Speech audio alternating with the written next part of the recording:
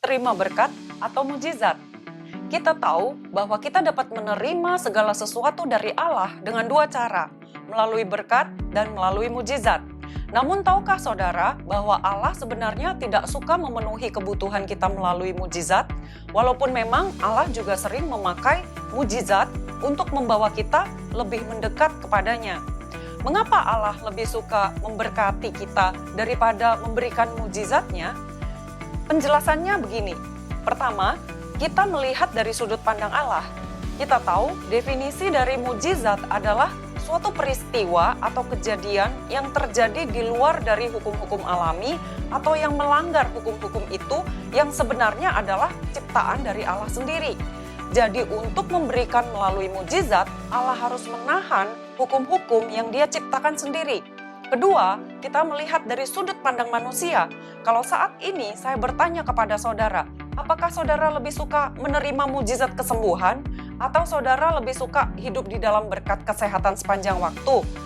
Dan apakah saudara lebih suka Allah menolong saudara dari kebangkrutan melalui mujizat?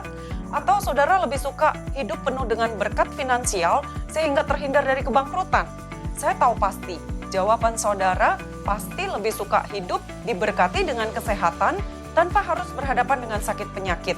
Dan pasti saudara lebih suka hidup diberkati dengan finansial yang lebih stabil daripada harus berhadapan dengan krisis dan kebangkrutan. Benar, selalu lebih baik menghindar dari persoalan dan hidup berjalan di dalam berkat daripada harus melepaskan diri dari berbagai krisis melalui mujizat. Karena syaratnya untuk terjadi mujizat adalah harus ada krisis. Dengan demikian, kalau saudara berkata bahwa saudara hidup dari mujizat ke mujizat, artinya saudara sedang hidup dari satu krisis ke krisis lainnya.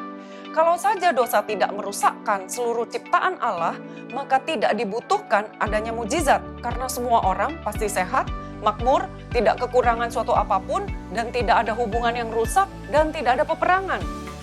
Tetapi berita baiknya hari ini adalah Galatia 3 ayat 13a katakan, Kristus telah menebus kita dari kutuk hukum Taurat dengan jalan menjadi kutuk karena kita. Artinya, Yesus tidak hanya menghapuskan dosa kita melalui pengorbanannya di kayu salib, tetapi Dia juga telah melepaskan kita dari kutuk dan memposisikan kita yang percaya kepadanya sebagai orang-orang yang berhak menerima berkat dan janji Allah. Ketahuilah, terlebih baik hidup dalam berkat daripada mengharapkan mujizat supaya terlepas dari krisis. Tuhan Yesus memberkati.